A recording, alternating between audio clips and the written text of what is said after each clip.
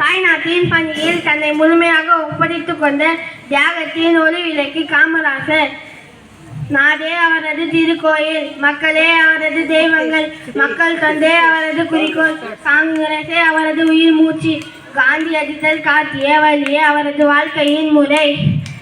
காமராசர் அவர்கள் விருதுநகர் மாவட்டத்தில் குமாரசாமி நாடாருக்கும் சிவகாமி அம்மையாருக்கும் 1903 ஜூலை திங்கள் 15ஆம் நாள் பிறந்தார்.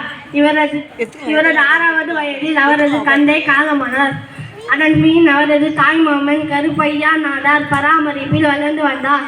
இவர் 6ஆம் வகுப்பு வரை மட்டுமே படித்தார்.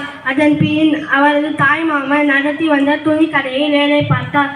வேலை பார்க்கும் போது செய்தித்தாள் படிக்கும் பழக்கம் ஏற்பட்டது. விடுதலை இயக்க கூட்டத்திற்கு செல்வார். அவர் விடுதலை இயக்க கூட்டத்திற்கு செல்வது அவரது குடும்பம் விரும்பவில்லை. வைக்கம் என்ற ஊரில் குறிப்பிட்ட சில தெருக்களில் தாழ்த்தப்பட்ட மக்கள் நுழைவதற்கு தடை இருந்தது. அந்த தடையை நீக்க சத்தியாகிரக போராட்டம் நடைபெற்றது. அதில் காமராசர் கலந்து கொண்டார்.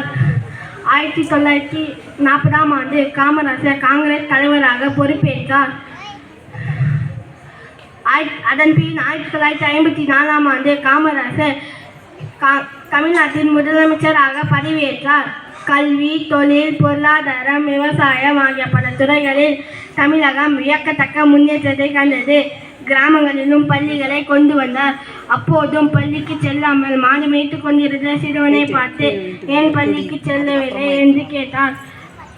அச்சிறுவனோ பள்ளிக்கு சென்னைக்கால் தான் சாப்பாடு என்று கூறினான். அது அவரை வருத்தத்தில் ஆழ்த்தியது. எனவே பள்ளிகளில் மத்திய உணவு திட்டம் கொண்டு வந்தார். மேலும் ஏழை மாணவர்களுக்கும் வசதியான மாணவர்களுக்கும் சீருடை திட்டத்தை கொண்டு வந்தார்.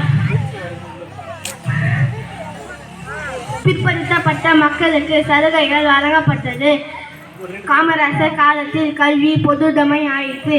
காமராசர் ஆட்சியில் இருந்த 9 ஆண்டுகளும் பொற்காலம் ஆகும். 1963ஆம் ஆண்டு காமராசர் தமிழ்நாட்டின் முதலமைச்சர் பதவியிலிருந்து விலகினார். 1975ஆம் ஆண்டு காமராசர் காலமானார். கிண்டியில் காந்தி மண்டபம் பக்கத்தில் காமராசர் நினைவாலயம் எழுப்பப்பட்டுள்ளது. படிக்காத மேதை காமராசருக்கு பாரத ரத்ன விருது அளித்து இந்திய அரசு பெருமை கொண்டது. நன்றி, வணக்கம். அனைவருக்கும் என் இனிய சுதந்திர தின நல்வாழ்த்துக்கள்.